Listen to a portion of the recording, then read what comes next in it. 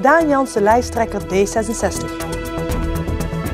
Week van de toegankelijkheid. Het is vandaag 10 oktober, dit is het Pelemaasjournaal. In de gemeente Venray verblijven circa 2600 Poolse arbeidsmigranten. In het Venrayse bevolkingsregister stonden op 1 juli van dit jaar 655 Polen ingeschreven. In de praktijk blijkt dat ongeveer een kwart zich aanmeldt bij de gemeente. In de 10 gemeenten in Noord- en Midden-Limburg, van Mook, Middelaar tot Weert, wonen naar schatting 15.000 tot 20.000 arbeidsmigranten uit Oost-Europa. Na Venlo telt de gemeente Venray de meeste arbeidsmigranten. Op de voet gevolgd door Horst aan de Maas en Pelemaas. Daan Jansen is dinsdagavond gekozen als lijsttrekker van D66. De 23-jarige student is daarmee de jongste lijstaanvoerder van de politieke partijen in Venray. De keuze was dinsdagavond niet moeilijk. Daan Jansen was de enige kandidaat. Met zijn 23 jaar is Daan de jongste van de lijsttrekkers.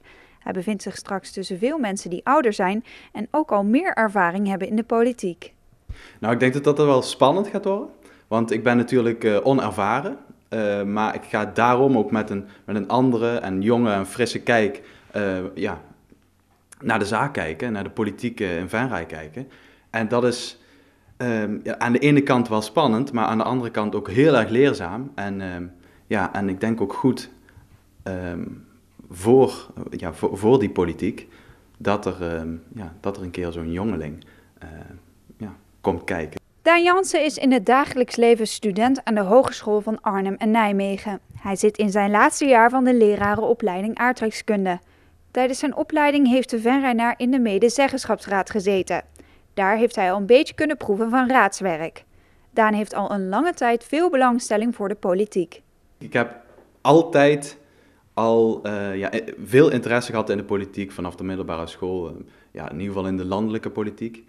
En dat heb ik altijd gevolgd. En de Venrayse politiek heb ik ook wel altijd gevolgd, maar minder. En ik denk dat heel veel jongeren in Venray dat ook minder doen, omdat het niet zo aanspreekt. En ik ben een ras-echte Venraynaar, heb geboren en getogen. Ik wens Venray het beste toe. En dat wil ik nou ook bewijzen door me in de politiek van Venray te gaan begeven. En ik hoop daarmee ook jongeren aan te sporen om actief te worden in de politiek. En je steentje bij te dragen, middels de politiek, maar dat kan ook op een andere manier. Maar om in ieder geval de politiek wat tastbaarder en wat opener te maken, ook voor de jongeren in Venray. Daan Jansen is sinds 2 jaar lid van D66. De partij is na de laatste verkiezingen in 1998 weer actief in de Venrayse politiek. D66 is op dit moment nog bezig met het verkiezingsprogramma.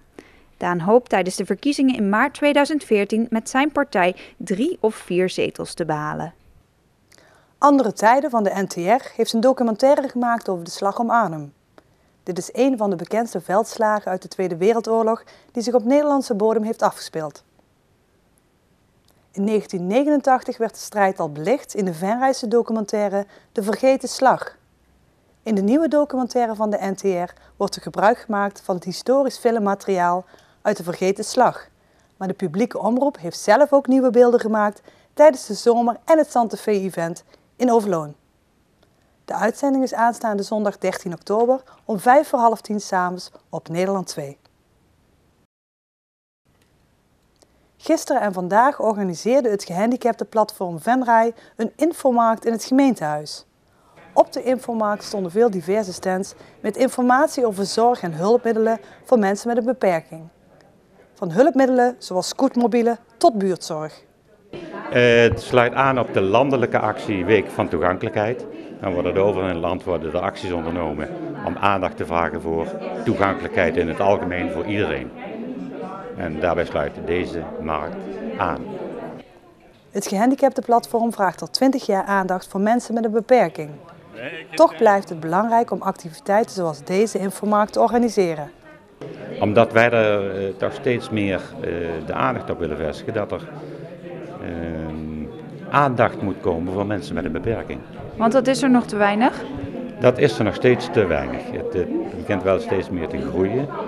Maar men ziet de mensen met een beperking nog altijd als een aparte groep. Terwijl wij er eigenlijk naartoe willen dat het mensen zijn zoals iedereen. Tijdens de infomarkt heeft het gehandicaptenplatform Venray ook het lokaal toegankelijkheidssymbool aan diverse gebouwen uitgereikt. Gemeenschapshuis De Wis in Castraai, de Smeelhof in IJsselstein en de Kemphaan in Venray kregen vanmiddag een symbool overhandigd.